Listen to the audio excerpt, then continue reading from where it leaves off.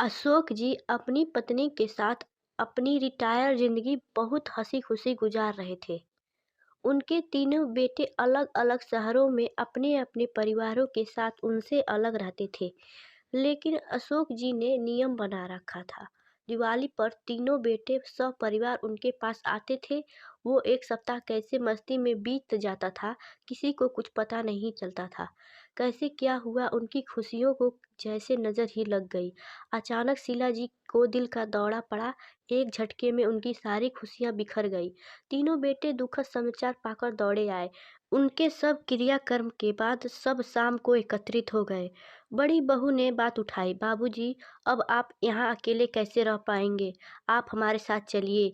नहीं बहू, अभी यहीं रहने दो, यहाँ अपनापन लगता है। बच्चों की गृहस्थी में कहते कहते वो चुप हो गए। बड़ा बेटा कुछ बोलने को हुआ, पर उन्होंने हाथ के इशारे से उसे चुप करा दिया। बच्चों, अब तुम लोगों की माँ हम सबको छोड़कर हमेशा के लिए जा चुकी है। उनकी कुछ चीज़ें हैं, वो तुम लोग आपस में बांट लो। हमसे अब उनकी साज संभाल नहीं हो पाएगी। ये कहते हुए अशोक जी अलमारी से कुछ निकाल कर लाए। मखमल के थैले में बहुत सुंदर चांदी का सिंगारदान था। एक बहुत सुंदर सोने के पट्टे वाली पुरानी हाथ की घड़ी थी। सब के सब एक साथ इतनी खूबसूरत चीजों पर लपक से पड़े। छोटा बेटा जोश में बोला, अरे ये घड़ी तो अम्मा सरिता को देना चाहती थी। अशोक जी धीरे से बोले, और सब तो मैं तुम लोगों को बराबर से दे ही चुका हूँ। इन दो चीज़ों से उन्हें बहुत लगाव था। बेहद चाव से कभी कभी निकाल कर देखती थी। लेकिन अब कैसे उनकी दो चीज़ों को तुम तीनों में बांट दूं? सब एक दूसरे का मुंह देखने लगे। तभी मझला बेटा बड़े संकोच में बोला, ए सिंगरदान वो अक्सर मीरा को देने की बात कहती थी।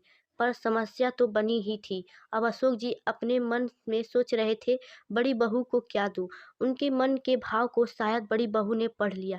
बाबूजी, आप शायद मेरे विषय में सोच रहे हैं। आप सिंगरदान मीरा को और हाथ वाली घड़ी सरिता को दे दीजिए। अम्मा भी तो यही चाहती थी। पर नंदिनी, तुझे क्या दूं? समझ में नहीं आ रहा। अशोक जी बोल पड़े, उनके पास एक और अनमोल चीज है, और वो अम्मा जी हमेशा से मुझे ही देना चाहती थीं। सबके मुंह हैरानी से खुले के खुले रह गए।